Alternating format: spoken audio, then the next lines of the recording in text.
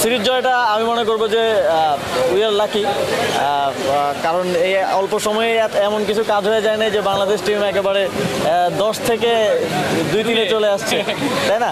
তো আশা করি এটা একটা হচ্ছে আমাদের প্রতি একটা গুড সাইন যে আমরা কাজ করলে আরও ভালো করা সম্ভব, এবং এই ভালো স্টার্টটা আমি মনে করি বিসিবির নিউ লিডারশিপ এটাকে কাজে লাগাবে এবং সামনের দিনে ভালো করবে। অবশ্যই পজিটিভ এটার, আমি মনে করি যে ফ্যানদের জন্য এটা পজিটিভ, যারা ক্রিকেট নিয়ে একটু হতাশ হয়ে যাচ্ছিল তাদের জন্য। তবে এটা এমন না যে ওভারনাইট তো আসলে চেঞ্জ পসিবল না, ওভারনাইট কয়েকদিন খারাপ খেলতে পারে, কয়েকদিন ভালো খেলতে পারে। তবে আমরা কাজ করতে যাচ্ছি লং টার্মের জন্য, আমরা এমন পলিসি নিতে চাচ্ছি, ডিসেন্ট্রালাইজেশনের মাধ্যমে চ্যানেলটা তৈরি করতে চাচ্ছি এবং প্রপার ট্রেনিং সেট আপ করতে চাচ্ছি, যাতে করে এটার ফলাফলটা হয়তো আজকে পাওয়া যাবে না, এটা 5 বছর পরে পাওয়া যাবে, বাট এটা লং টার্মে বাংলাদেশের ক্রিকেটকে একটা ভালো জায়গায় পৌঁছে দেবে। বিগত সময়ে আমরা দেখেছি যে মানে মন্ত্রী এসে বলছে যে এই প্লেয়ার খেলবে না, কারণ সে তো এইগুলোতে যেটা হয় আপনার একটা ইনস্টিটিউশন ওয়ার্ক করা বন্ধ করে দেয়। আপনি যখন আমি যদি প্লেয়ারদের সাথে কথা বলি তাহলে এখানে কনফ্লিক্ট অফ ইন্টারেস্ট তৈরি হবে অবশ্যই। প্লেয়াররা আমার কাছে অন্য ধরনের যে কোনো কিছু চাইতে পারে যেটা আসলে নিয়মের মধ্যে পড়ে না। তো সেই জায়গা থেকে আমার মনে হয় প্রফেশনালি হ্যান্ডেল করা উচিত। টিমের সাথে যারা সংশ্লিষ্ট তারাই টিম নিয়ে কাজ করবে, আমাদের কাজ হচ্ছে অ্যাডমিনিস্ট্রেশন নিয়ে কাজ করা, পলিসি নিয়ে কাজ করা, আমরা ওইটা নিয়ে করব। যে যার যার কাজটা করলে আমি মনে করি যে সামনের দিকে আরও ভালো ফলাফল আশাব্যঞ্জক আমি মনে করি। আজকে যেহেতু অলরেডি আমরা সিরিজ জিতে গিয়েছি এবং আজকে অনেকগুলো চেঞ্জ ছিল টিমে, সো আমার মনে হয় এটাও জরুরি অন্যান্য প্লেয়ারদেরকেও খেলার সুযোগ দেওয়া, যেহেতু আমরা সিরিজটা অলরেডি জিতে গিয়েছি। তো আশা করি সামনের দিনেও বাংলাদেশ জাতীয় দলের এই সফলতা অব্যাহত থাকবে।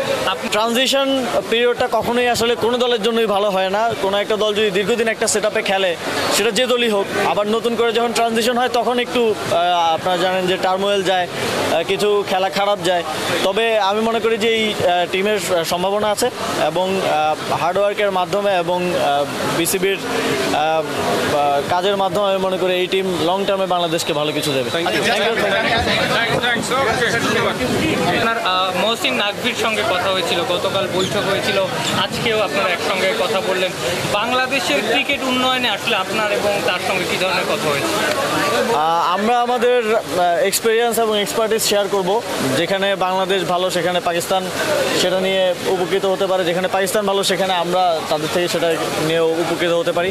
এছাড়াও আরও অন্যান্য বিষয়ে আলোচনা হয়েছে। পাকিস্তানের সাথে বাংলাদেশের ওভারঅল সম্পর্ক এবং কোলাবোরেশনের ব্যাপারে আলোচনা হয়েছে। আর স্পোর্টসের ব্যাপারে এই যে এসিসি মিটিংটা হলো, এটার ব্যাপারে পাকিস্তান ক্রিকেট বোর্ড অনেক সহযোগিতা করেছে এবং আপনারা জানেন যে প্রায় সবগুলো দেশের অংশগ্রহণে একটা সফল এসিসি এজিএম মিটিং বাংলাদেশে ঢাকায় হয়েছে প্রথমবারের মতো। তো আশা করি এটা অব্যাহত থাকবে এবং এই রিজিওনাল যেই বোঝাপড়া এবং সম্পর্কের মাধ্যমে আমরা মনে করি যে ক্রিকেটেও সামনে ভালো উন্নতি হবে এবং ক্রিকেটের মাধ্যমে রিজিওনাল সম্পর্কটা বোথ পলিটিক্যাল এবং কান্ট্রি টু কান্ট্রি সম্পর্কটা সামনের দিনে আরও লেভারেজ পাবে। বাংলাদেশ প্রথমবারের মতো আয়োজন করেছে এবং সফলভাবে আয়োজন করেছে।